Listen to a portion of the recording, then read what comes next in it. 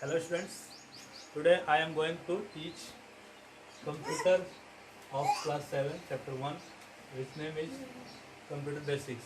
In this chapter we have discussed the whole chapter already, and today we will discuss exercise of this chapter. The first part of exercise, that is A, is of multiple choice questions. The first question is, computer performs variety of operations होना चाहिए यहाँ पे, और methods भी हो सकता है, इसलिए यहाँ पे हमारा जो आंसर है वो बोथ हो जाएगा।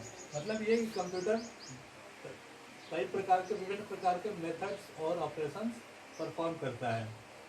The second question is, computer works on principle. हमने बताया था कि कंप्यूटर किस प्रिंसिपल पे वर्क करता है, तो इनपुट, प्रोसेस और आउटपुट। इनपुट, प्रोसेस, आउटपुट, मतलब पहले इनपुट देते हैं, फिर प्रोसेस होता है, फिर जाके आउटपुट निकलता है। तो ये हमारा प्रोसेस कहलाता है IPO, यानी कि इनपुट प्रोसेस आउटपुट साइकिल पे वर्क करता है। तो हमारा आंसर ये हो जाएगा कि computer works on principle IPO cycle. The third question is, dash are used to take input in different forms from the user। मतलब ये कि इनपुट लेने के लिए प्रयोग किया जाता है, डैश प्रयोग किया जाता है विभिन्न रूपों में इनपुट लेने के लिए। तो हम लोग जानते हैं कि इनपुट किससे लिया जाता है, we take input from input devices. We take input from input devices in different forms. Then our fourth question is, dash are the printed horizontal strips of vertical bars in machine readable formats। Dash are the printed horizontal strips of vertical bars in machine readable formats। आप लोगों ने देखा होगा कभी कभी किसी product पे इस तरह की लाइनें होती हैं,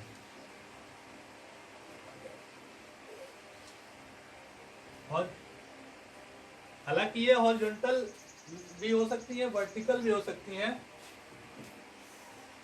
अधिकतर हम लोग देखे हैं हॉरिजॉन्टल ही होती हैं। और ये जो हॉरिजॉन्टल बार है, इसे हम लोग कहते हैं बार कोड्स।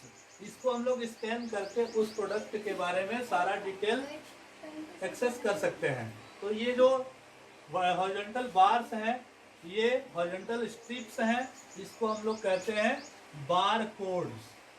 बार कोड्स कहते हैं, जिसको हम लोग स्कैन करके मशीन रीडेबल फॉर्मेट में बदल लेते हैं। उसके बाद जो फिफ्थ है हमारा, फिफ्थ क्वेश्चन है, dash printer uses laser sources to write information. ये इसके नाम में ही इसका, इस प्रिंटर का नाम छिपा हुआ है।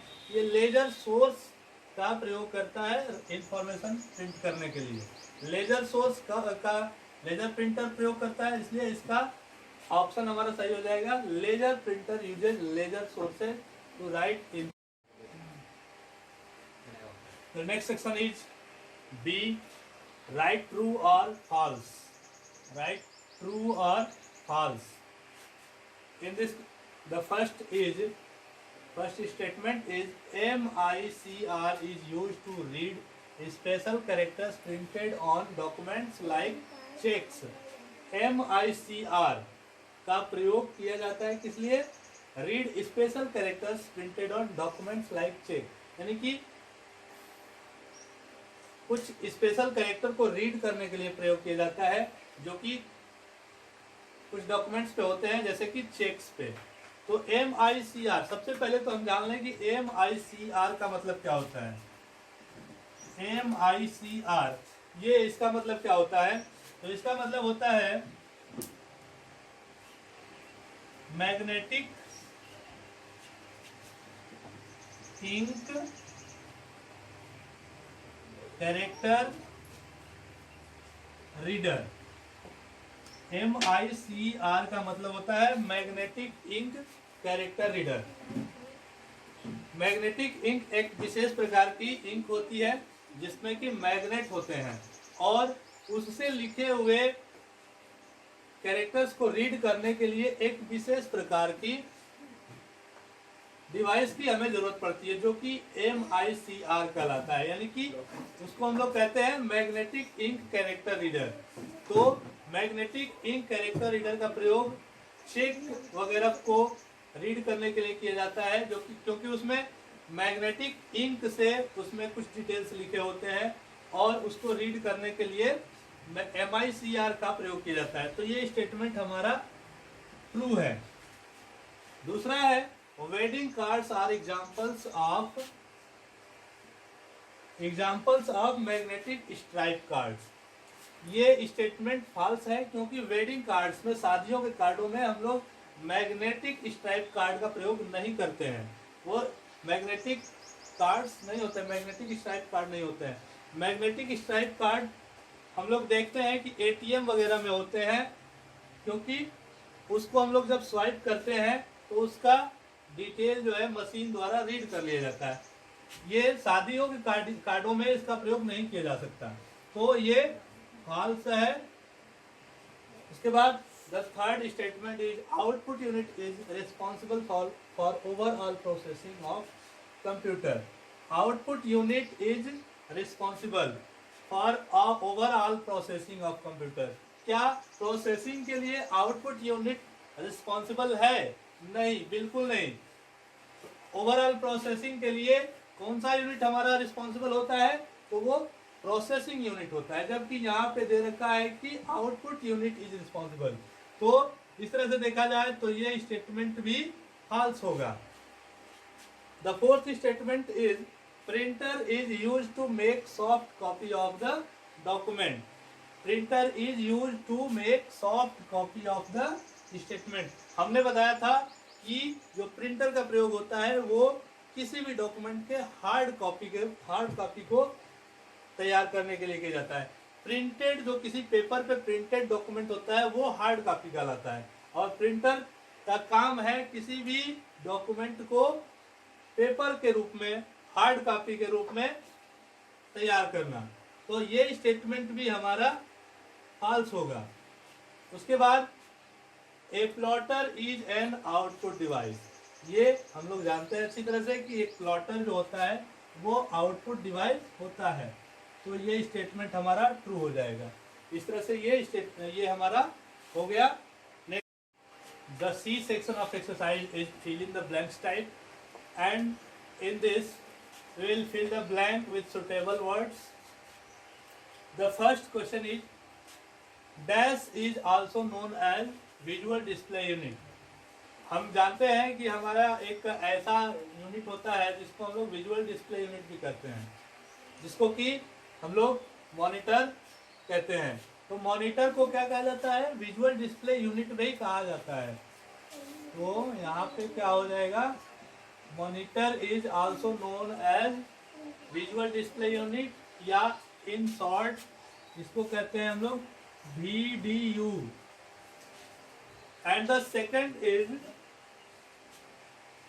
Dash printers print only a single character at a time. Dash printers print only a single character at a time. तो जो प्रिंटर एक समय में एक सिंगल कैरेक्टर प्रिंट करता है उसको हम लोग कहते हैं कैरेक्टर प्रिंटर।